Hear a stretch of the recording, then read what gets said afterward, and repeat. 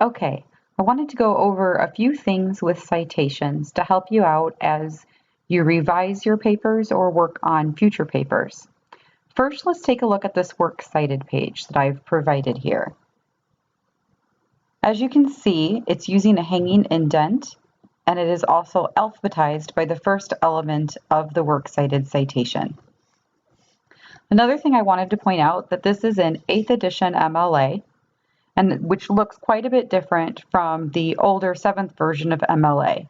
You need to make sure that you are using the most current version of MLA as you write your papers. So in new MLA, this first one here is an article from the Huffington Post Online, and I have the author's last name, comma, first name, period.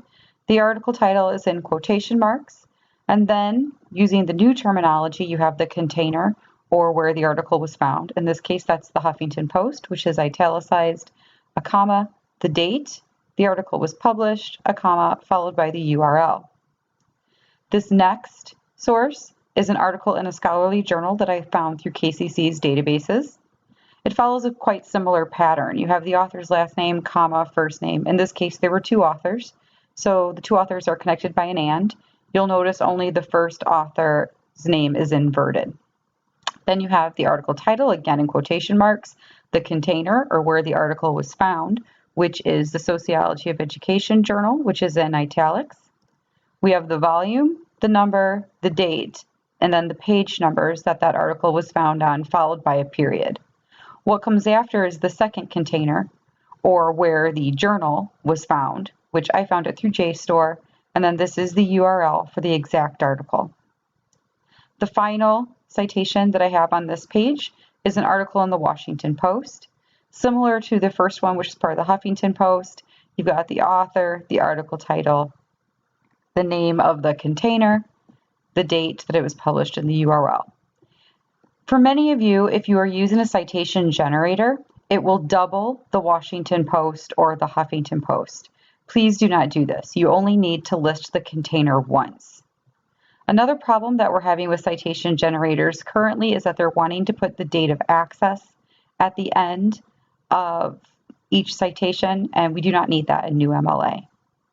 Okay, that's a quick overview of the works cited page, and now I want to talk about how you use the works cited page to create your parenthetical citations.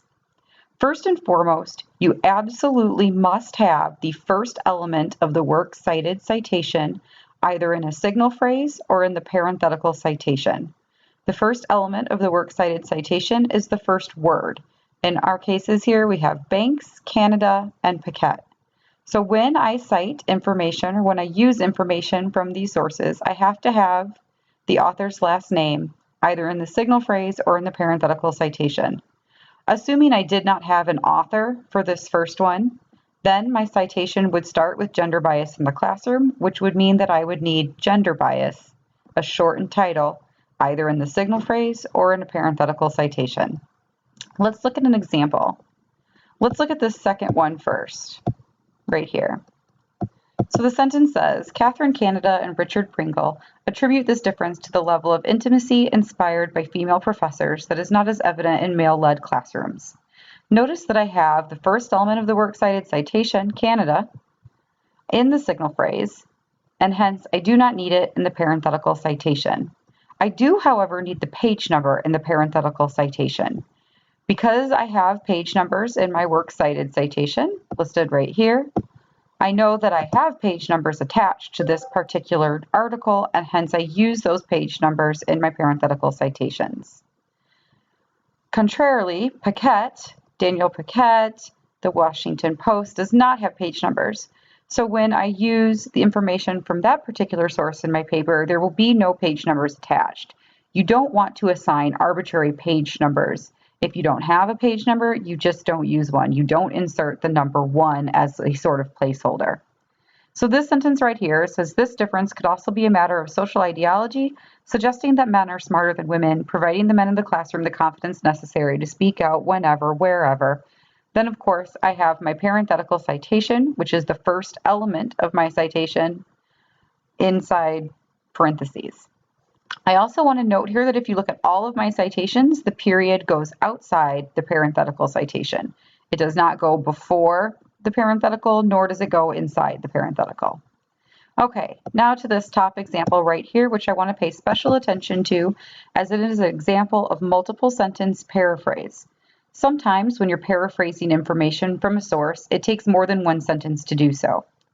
Instead of putting a parenthetical citation at the end of every single sentence, what you do is you bookend the multiple sentence paraphrase, meaning you use a signal phrase at the very beginning of the multi-sentence paraphrase, and then you use a parenthetical citation at the very end of the multiple sentence paraphrase. Now in this example, I only have 2 sentences, but this can also work for 3, 4 sentence, multiple sentence paraphrase, or even longer if you're writing a longer paper. In this particular one, I've chosen to use the article title in my signal phrase, and then of course the author's last name in my parenthetical citation, because again, the first element, banks, of the works cited citation must be either in the signal phrase or the parenthetical. Now I could have said, according to Kate Banks, female students tend to speak more in a classroom led by a female professor. Male students, on the other hand, showed no difference in classroom contributions based on the gender of the professor. Now, obviously, I have used the author's last name in the signal phrase in this case, so technically I do not need to use it in a parenthetical citation. However, because this is a multiple sentence paraphrase, I really want to signal to my readers when I am done paraphrasing information from this particular source and moving on to either my own words or to information from a different source. So I'm going to keep banks in the parenthetical citation. Again, to solve this problem, all you really need to do is enter in what I had in the beginning, the article, gender bias in the classroom. That way I'm not repeating banks and I'm not making any issues for myself.